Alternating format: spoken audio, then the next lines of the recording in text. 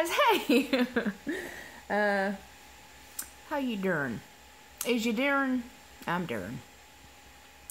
So today I thought I would get on here for a few minutes. I have my report back from my doctor with my D and vitamin iron.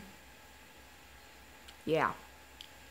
Okay. My ferritin levels were, they were 9.6 the last time I got my blood taken, which was in February. And I got my blood taken August the 15th, and it was 11.4. So 2 points up, almost through. Well, I guess, how would you put, because like 1.8 points up? I don't know. I can't math. Y'all never can't. I don't math on this channel. This is not a math learning channel. If you came here for math, you are obviously going to be terribly disappointed. So, moving on. So, yes, my iron did come up. I actually asked for something, and I don't know if I'm going to get it, but I'll tell you the story about it. So, I called my bariatric liaison, which is my bariatric nurse, Betty. Nurse Betty! Seriously. She is super duper awesome. She's one of those really enthusiastic ladies. Like, she's like, hello, this is Betty. How are you doing today? On the phone, and I'm just like, hey, Betty, how you doing, girl? And she's like, hey, and, you know, both of us are just like, you know, and she's the same thing at me, and I'm just like, what? So she's like super excitable, like cutesy, let me help you person, and I love that about her. So this is my second bariatric nurse from this hospital. The first one was named Vita, and she was also awesome, and I loved her face too. And she never remembered me until I would come into the office, and then she would be like, oh, glasses, and I'd be like, we talk on the phone once a week. Yeah. So Anywho, everybody's been asking me about my blood levels and whatnots. So there you go. My vitamin D is now normal, and it was really, really low. So I contribute that to two different things. I bought 10,000 UIs. Excuse me, hold on. I bought 10,000 UI vitamin D capsules from Amazon, and I was taking like probably one to two a day, so that was like 20,000 UI, and I did that for a good straight month. So I wasn't told to do that. I was just told to take some D, the D, 12, so 12, so 12. Stop it. So I was not told to take an extra exorbitant amount, but I knew that I'd be getting the DS soon, and I want all of my levels to be either perfect or I want them to be a little above average, because I really don't want to give myself something, this kind of surgery, and then have all of my vitamins instantaneously tank, and then I have all these horrible problems. So I've talked about vitamin deficiencies. I will link video up here. If you look, even if you're on the phone, you might not see it, but there's a little, if you tap your phone or your tablet or whatever, there should be a little circle with an eye in it up here at the top, or up here at the top. It's usually, I'm always backwards, so whatever. Excuse me. At the top, and it will give you a scroll down of videos and or channels or whatnot that I'm trying to share with you. So if you're looking for that, it's easier than me putting it in the description box, because I am lazy and I forget. Squirrel. So I put vitamin deficiencies up there on top, and I really want to get a head start on all of this. So I said, normal iron is 13. Mine is 11.6, which is not enough. I have a little over a month until my surgery. So for me, I like to be super proactive on everything. I'm one of those people. I call before they can call me. I am I am aggravating them for test results. I'm at the lab asking for extra lab. I'm that person. I am I like to be in control of my treatment. Like, I like to be in control. I don't like waiting on other people to send paperwork. Like if I have somebody who has to send paperwork to my doctor's office, like, I'm on the phone with those people every day until they've done it. And then I have them confirm they did it. Then I call my doctor's office and I'm like, did you guys get a fax from blah, blah, blah, blah? And either yes or no. And if they say no, then I call right back. And then I am that patient they don't want to have to deal with anymore, so they do what I ask. That can usually be one of two ways, but usually they choose to do what I ask, so I'll stop aggravating them.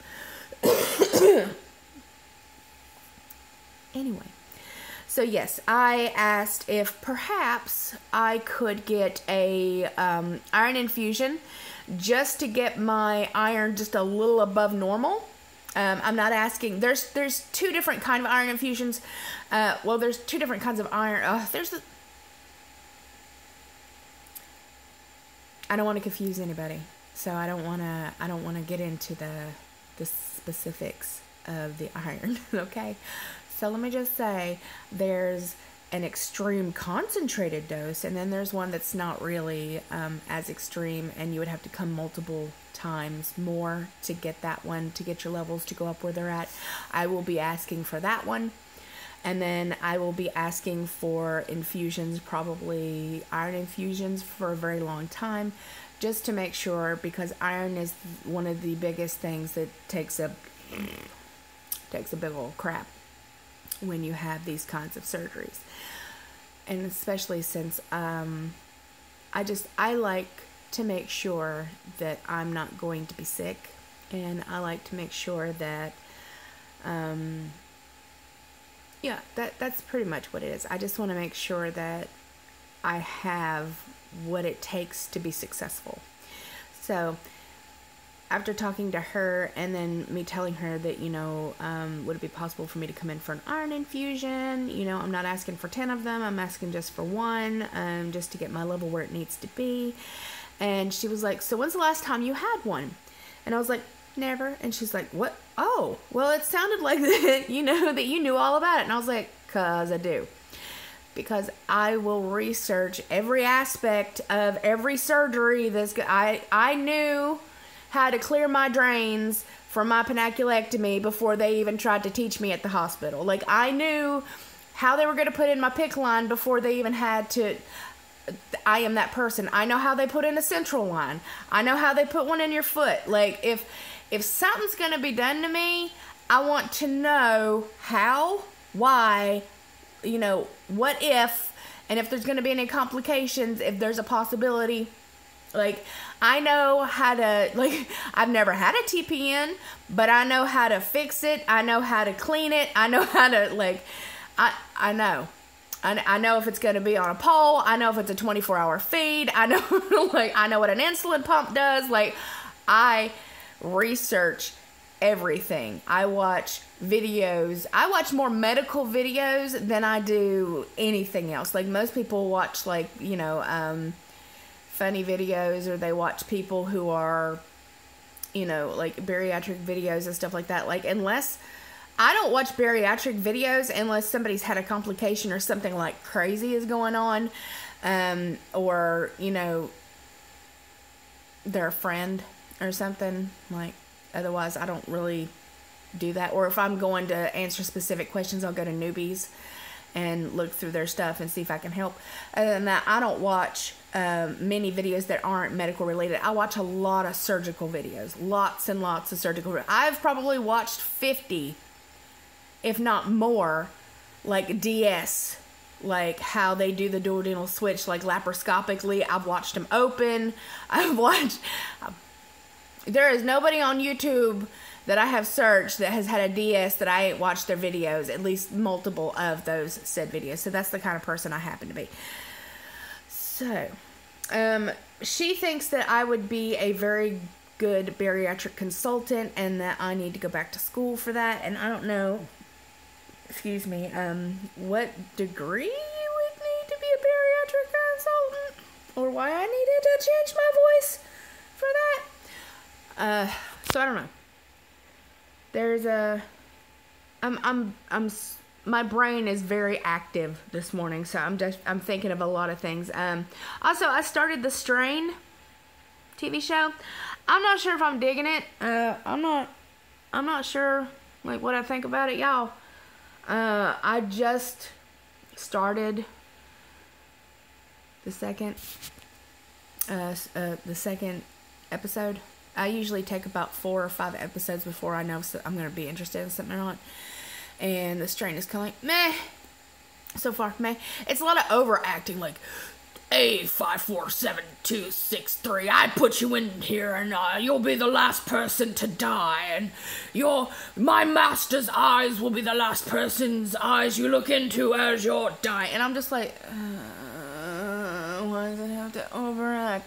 And then there's like this one guy was like, yeah, I say, and like if anything happened to my mother, I would kill you. I'm like, no. Why? Stereotype. No, stop. No, I do not want. Don't do that. Don't, like, just overact. Me no like it. So, I'm trying to find something else to watch. Now that I'm up during the day, I'm increasingly more bored and more squirrel. Legion came out today, but I have no interest of playing it. Like, I want to, but I'm just like, video games don't hold that special interest for me anymore. I don't disappear into video games. I disappear into surgical crap.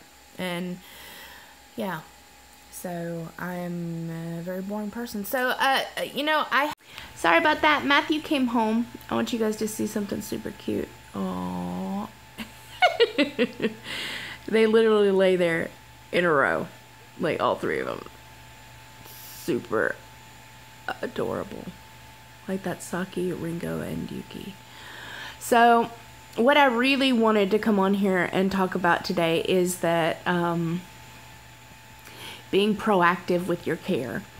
Especially as new patients, like before getting surgery and especially after surgery, a lot of people go without information. A lot of people are not educated, and a lot of people decide not to do near enough research on your specific surgery and the outcomes, and then it becomes a complete surprise when you can't poop, or you're not hungry, or you're really hungry, or you have no restriction, or you have too much restriction, or you have gurgling, or you have, like all these issues. And then people are like, asking in these stupid groups on Facebook, why can't this happen? Why is this happening? Why is this happening? And this is all stuff you guys should have known from the get-go. So for me, I think people need to be more proactive in your care. I think that if you're considering having your stomach removed or your intestines moved around, or, to try to lose weight, number 1, you need to start with some therapy. Number 2, you need to start working on yourself like beforehand, because afterwards it's only going to get worse. It doesn't get any better. Like it gets a lot worse. Dealing with your hormones and anger and all this other crap after, weight loss surgery it's a lot to deal with. And then you have skin. So a lot of people are like, oh, well, my skin, I can't wait for all this fat to be gone. And then you're left with all this extra skin, like, all the extra, you'll get the goozle neck, or, you'll get, like me, I don't lose all my face meats first. I lose pretty evenly all over. But like my panaculectomy, I had tons of skin there. I have tons all over my thighs. I have it all over my wings of freedom. So, there's a lot of stuff that goes into weight loss surgery. There's a lot of stuff that, if you're going to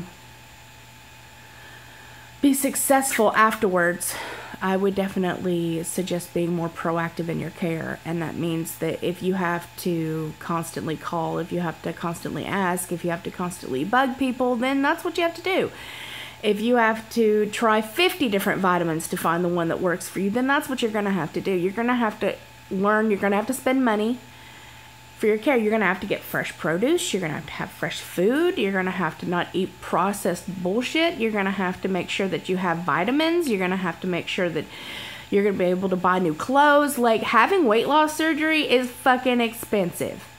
Like, there's no getting around that. Like, the only way you're going to get around, like, having clothes and stuff when you start dropping weight is either having it donated to you, like people send you clothes. Like, I have had people send me clothes. You can put ads and an ad in Craigslist that you're looking for size net and see if people want to trade with you. You can trade with other bariatric patients. I've done with that. You can ask around in your local groups, for people who are getting rid of clothes, people who are selling clothes. You can go to thrift stores, but you can't shrink on food and you can't shirk on your vitamins, because you're gonna end up screwing yourself in the end. So that is, you gotta be more proactive in that area as well. So guys, I don't really have much else to talk about today. I'm just sitting here waiting for my doctor's office to call me back. Hopefully today.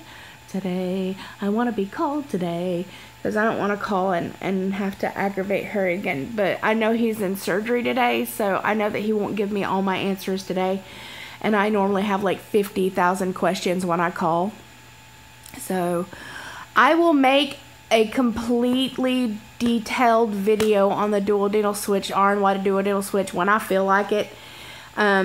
I'm still waiting until the 13th when he gives me all of his information, because I have plenty of information in general, but I don't have the information from my specific surgeon. So once he gives me that information and I sponge it, I can give you guys more of a rundown of what he's going to do, because I have 50,000 million questions for him on that day. So I see him on the 13th, so don't expect that video from me until at least the 13th or 14th, because it's going to be a long video. I love your beautiful, gorgeous, amazing faces. I hope everybody's having a wonderful start to your week. I hope, well, it's almost the end of the week now, I guess, because it's, yeah. So I hope I don't know where I am. I don't math here. I don't know what day it is. I don't know my right from my left. Lort. Squirrel. Hashtag squirrel. I will talk to you guys later. Bye.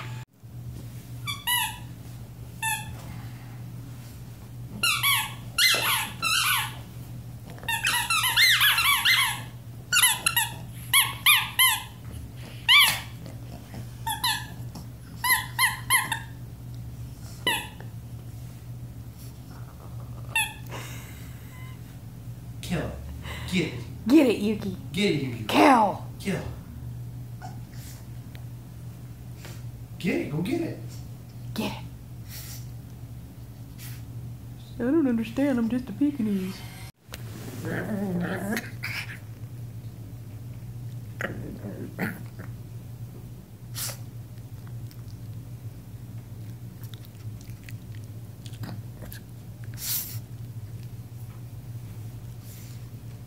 Okay, you guys have been asking how I apply this at night. Well, there you go. So these two are iron patches. This is my multivitamin. This is my glucosamine chondroitin, and this is my calcium plus D. So there you go. And then I'll take them off tomorrow. I think it's like 9:30, 10 o'clock. So 10 o'clock in the morning, I'll take them off. See how easy? You set it and forget it.